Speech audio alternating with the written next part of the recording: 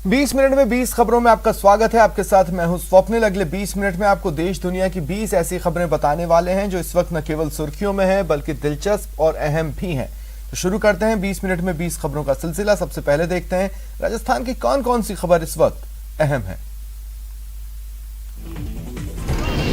बसों में चढ़ने के लिए स्टूडेंट्स में मची होड़ देखिए, जिसे देखो वही एक दूसरे को धक्का दे रहा है। जान जोखिम में डालकर बस से लटक रहा, क्योंकि तय समय पर पहुंचना है। देर से पहुंचने वाला इम्तिहान देने से वंचित रह जाएगा। तस्वीरें दौसा की, जहां पीटीईटी परीक्षा से पहले प्रशासन के तमाम दावे हाफते नजर आए। जिला मुख्यालय पर राजस्थान रोडवेज की बसें खचाखच भरी थी। परीक्षार्थी बसों में सीट लेने के लिए मशक्कत कर रहे थे। इस दौरान परीक्षार्थी खिड़कियों से बसों के अंदर प्रवेश करते दिखे। महिला परीक्षार्थी भीड़ में बेबस नजर आईं।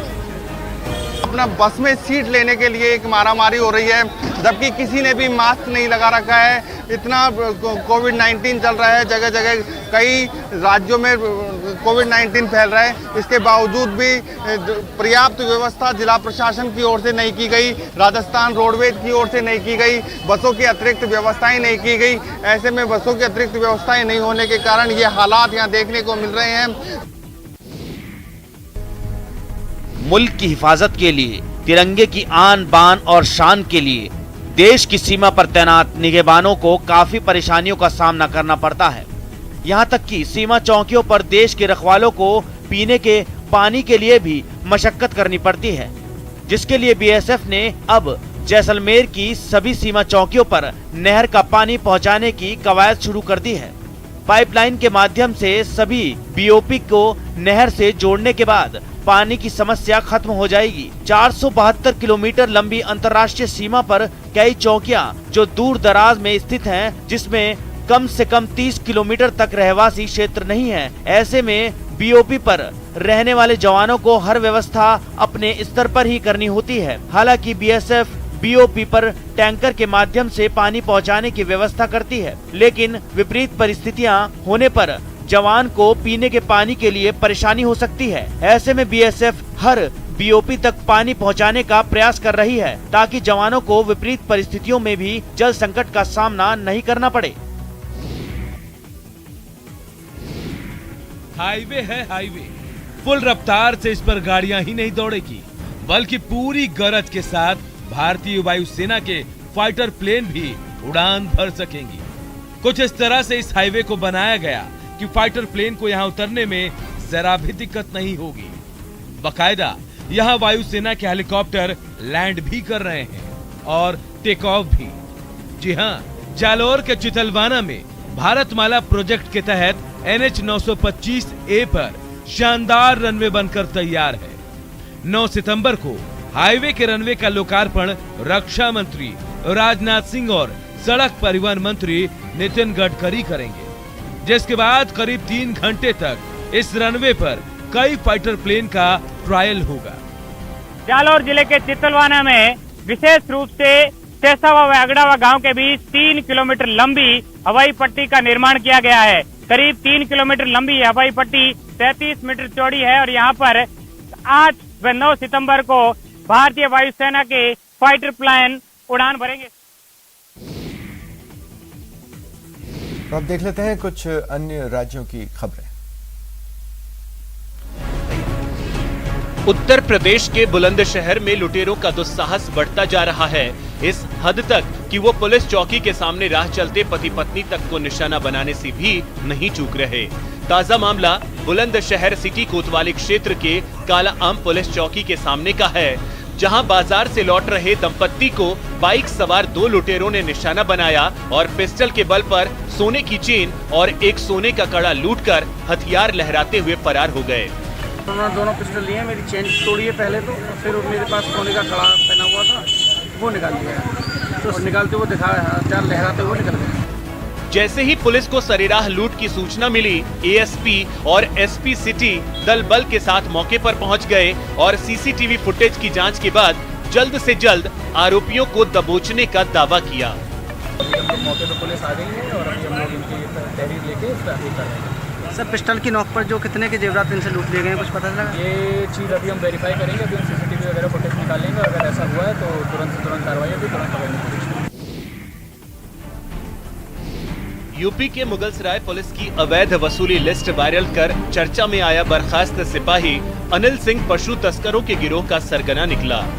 स्वाट टीम और बबूरी पुलिस ने गिरोह के 7 सदस्यों के साथ सरगना अनिल सिंह को बनौली चट्टी के पास से गिरफ्तार कर लिया।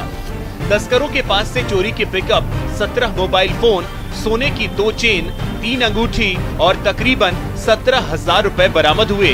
पुलिस ने आरोपियों को जेल भेज दिया।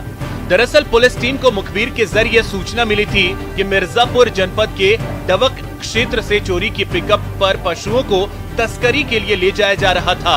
पुलिस ने बनौली चट्टी के पास घेराबंदी कर 7 तस्करों को पिकअप लदे गोवंश के साथ धर दबोचा, जिसमें गिरोह का सरगना अनिल सिंह भी शामिल था। अनिल बर्खास्त सिपाही है।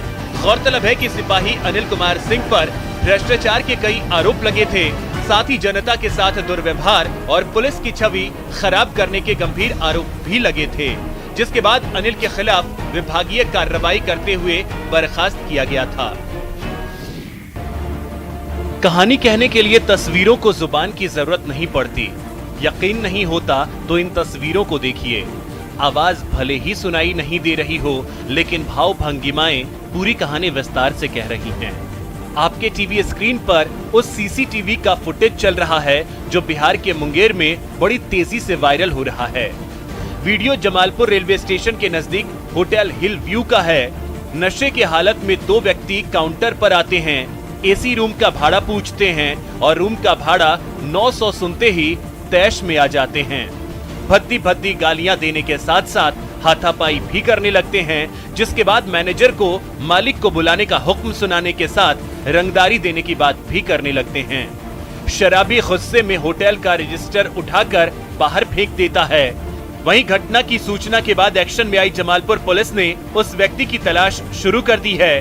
थानाध्यक्ष के अनुसार सीसीटीवी में कैद शख्स की पहचान कर ली गई है, जिसे जल्द ही गिरफ्तार कर लिया जाएगा। बिहार के छपरा से रोंगटे खड़े कर देने वाला एक वीडियो सामने आया है, जहां रेत का अवैध खनन करने वाले गिरोह से जुड़े लोगों ने पुलिस पर हमला कर दिया और उन्हें दौड़ा दौड़ा कर पीटा। वहां से आई एक तस्वीर में पुलिस वाले को कुछ लोग डंडे से पीटते दिखे।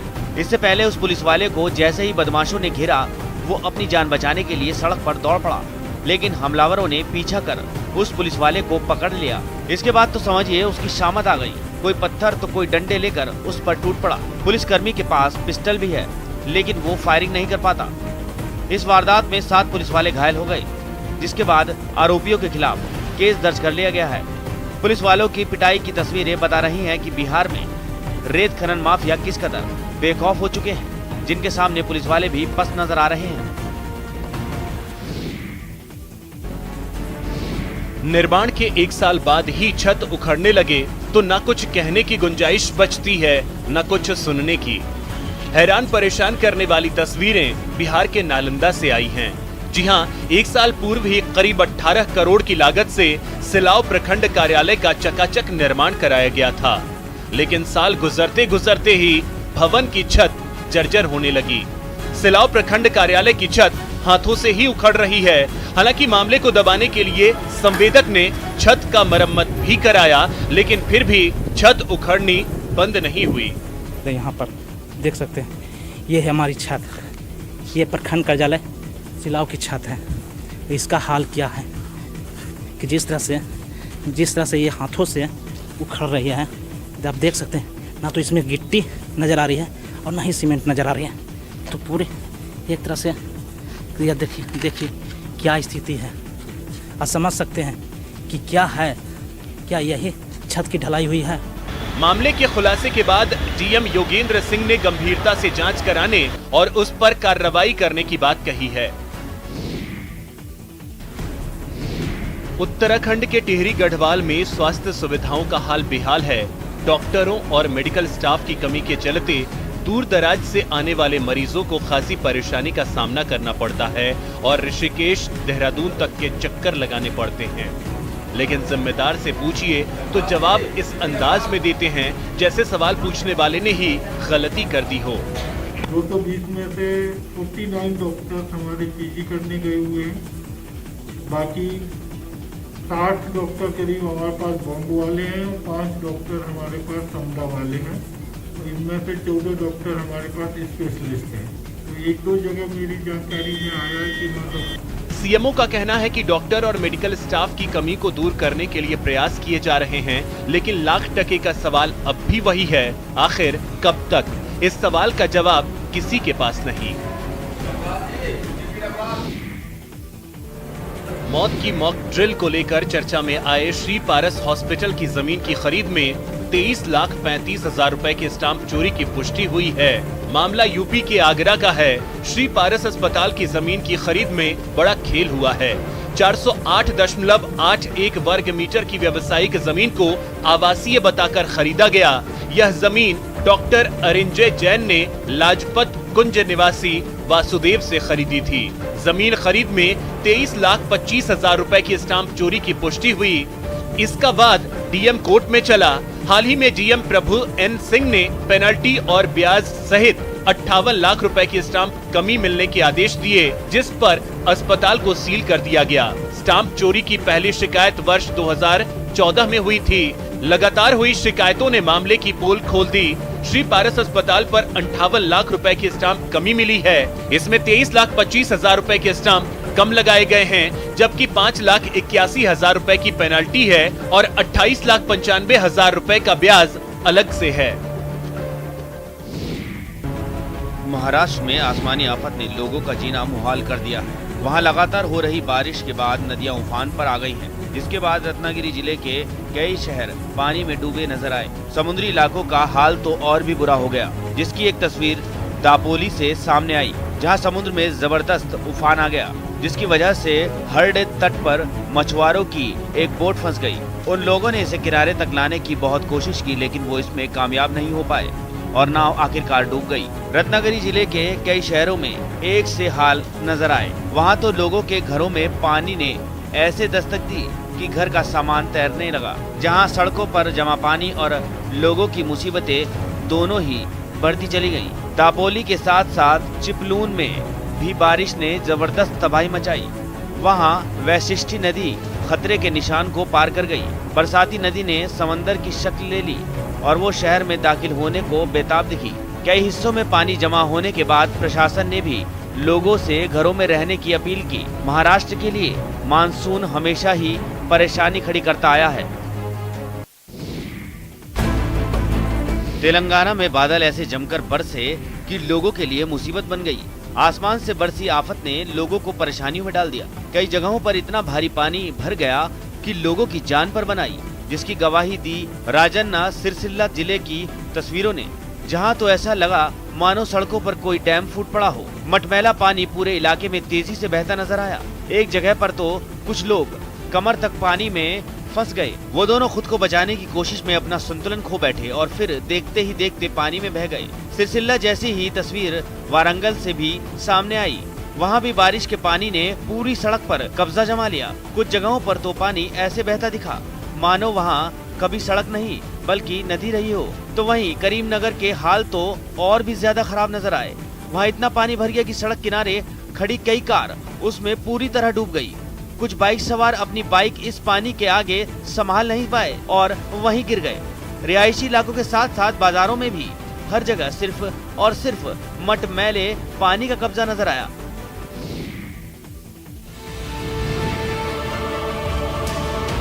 एक दूसरे पर पत्थर फेंकते ये लोग एक परंपरा को निभा रहे हैं। तस्वीरें छिंदवाड़ा के पांडुर्णा की है।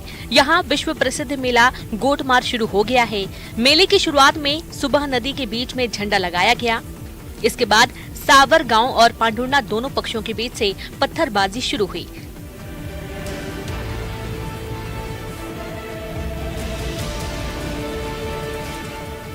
गोटमार मेला स्थल पर प्रशासन के अधिकारी भी मौजूद हैं और इसके अलावा 3 जिलों के पुलिस बल भी तैनात किए गए। इसके साथ ही घायलों के उपचार के लिए अस्थायी अस्पताल और एम्बुलेंस की व्यवस्था की गई है।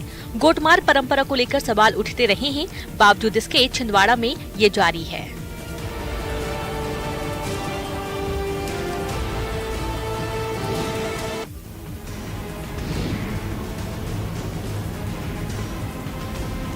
तस्वीरें हम साफ नहीं दिखा सकते। यहाँ एक टोटके को पूरा करने की नीयत से बच्चियों को बिना कपड़े के घुमाया जा रहा है। ये घटना दमोह की है।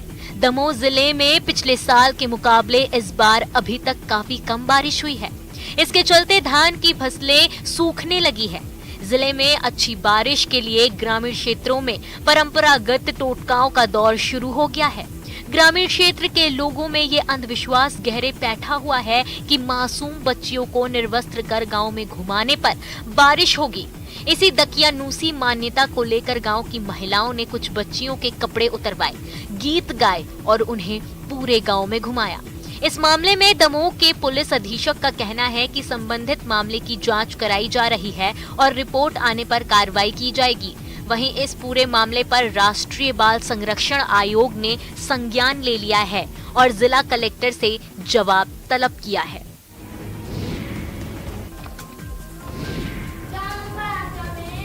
ये वो नन्हे शहजादे हैं जिन्हें बोझ समझा जाता है।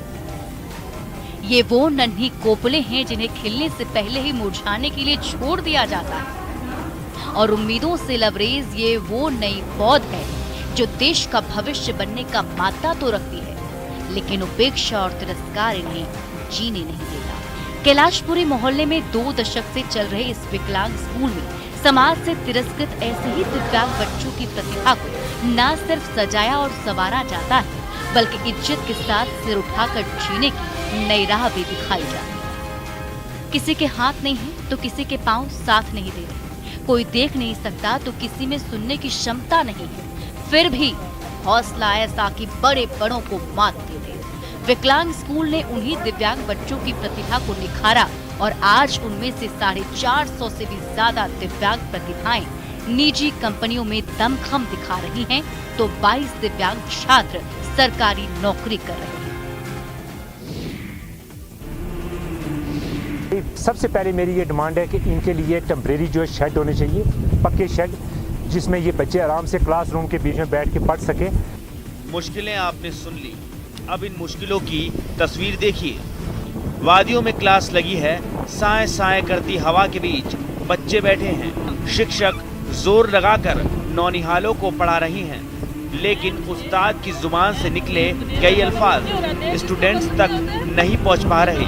तालीम की राह में मुश्किलें सिर्फ हवाएं ही नहीं पैदा कर रही, यहाँ मौसम भी पढ़ाई लिखाई का मजा किरकिरा कर देता है। सर्दियों में क्लास लगाना मतलब बच्चों को हाड़ चीर देने वाली बर्फीली हवाओं में झोंक देना। एक अदद इमारत की सख्त दरकार है। तस्वीरें जम्मू कश्मीर के राजौरी की हैं, जहां सरकार ट्राइबल स्टूडेंट के लिए कम्युनिटी क्लासेस चला रही है। सबसे ज़्यादा डिफ़िकल्ट सर्कमस्टांसिस में ये लोग रहते हैं और काफ़ी मुश्किलें ये फेस करते हैं। 6 महीने घर से बाहर रहना, लाइव स्टॉक को लेके और एक लाइवलीहुड के लिए यहाँ पे आते हैं और मुझे लगता है काफ़ी ज़्यादा फोकस इस पे देने की ज़रूरत है, जिस पे J&K गवर्नमेंट इस साल काम कर रही है।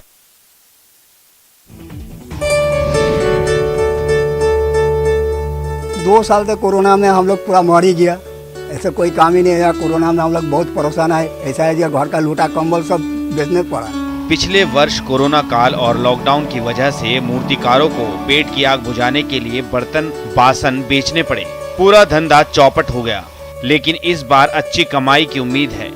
इसी उम्मीद से मूर्तिकार वाराणसी पहुंचे हैं। वैसे कोरोना से पहले मूर्तिकार सीजन में 2 से 2.5 लाख रुपए की मूर्ति बेच लेते थे, लेकिन कोरोना काल में लॉकडाउन के दौरान उन्हें काफी नुकसान उठाना पड़ा। इस वर्ष डिमांड बढ़ सकती है, इसलिए वाराणसी के मूर्तिकार गणपति को गढ़ने में दिन रात एक किए हुए हैं। बड़े से लेकर छोटी मूर्तियां तक बना रहे हैं। कोशिश बस इतनी है कि कोई खरीदार खाली हाथ न लौटे, छोटी मोटी कमाई का मौका भी हाथ से चूक न जाए। इस साल शायद तो उम्मीद लग रहा है दुर्गा गणेश भगवान होगा पूजा, उसके बाद थोड़ा दुर्गा जी होने का आशा है। ये आशा में हम लोग आए हैं। और अब देखते हैं कुछ अंतर्राष्ट्रीय खबरें। स्पेन के वेलेंसिया में कोरोना संकट के बीच फेस्टिवल मनाया गया। वहां ये फेस्टिवल हर साल काफी धूमधाम से मनाया जाता है, लेकिन कोरोना की वजह से पिछले 2 साल से इसे मनाया नहीं जा रहा था और इस बार भी इसे कड़े नियमों के बीच मनाया गया। फेस्टिवल की आखिरी रात कागज और लकड़ी से बने एक बड़े से पुतले को जलाया गया। इससे पहले इस पुतले को एक खुली सी जगह पर रख दिया गया। इसके आसपास पटाखों की कई लड़ियां लटकाई गई थी। जैसे ही आग लगाई गई, वहां आतिशबाजी शुरू हो गई। ऐसा लगा जैसे वहां रोशनी का झरना बह रहा हो। इस दौरान जमकर आसमानी आतिशबाजी भी की गई। बाद में महिला के इस पुतले को आग लगा दी गई। कुछ ही देर में वो पुतला लपटों से गिर गया और उसका नामो निशान मिट गया। ऑस्ट्रेलिया के न्यू साउथ वेल्स से हैरान कर देने वाली तस्वीरें सामने आई हैं, जहां जंगल में खो गए एक छोटे बच्चे को 3 दिन बाद सही सलामत ढूंढ लिया गया। बताया गया कि 3 साल का ये बच्चा खेलने के दौरान अपने घर से ही लापता हो गया था, जिसके बाद उसकी तलाश शुरू की गई। बाद में बचाव दल ने उसे 3 दिन बाद घर से थोड़ी दूर जंगल में ढूंढ निकाला। इस बचाव अभियान की तस्वीरें भी सामने आई, जिसमें वो बच्चा एक गड्ढे में भरा पानी पीता दिखाई दिया। बच्चे के देखते ही एक बचाव कर्मी उसके पास पहुंचा और उसे गोद में उठाकर वहां से बाहर निकाला। बाद में बच्चे को पहले से ही तैयार खड़ी एम्बुलेंस में ले जाया गया। बच्चे के मिलने की खबर मिलते ही वहाँ जश्न शुरू हो गया। बच्चे के पिता तो अपने दूसरे बच्चे को गले लगाकर रोने लगे। बच्चे की तलाश में जुटे दूसरे लोग भी खुशी से झूमते नजर आए। बाद में बच्चे की सेहत की जांच करने के बाद उसे उसके परिवार को सौंप दिया गया। 3 साल के इस बच्चे को तलाशने के लिए पुलिस और दमकल की कई टीमों के अलावा इलाके के लोग भी जी जान से जुटे थे।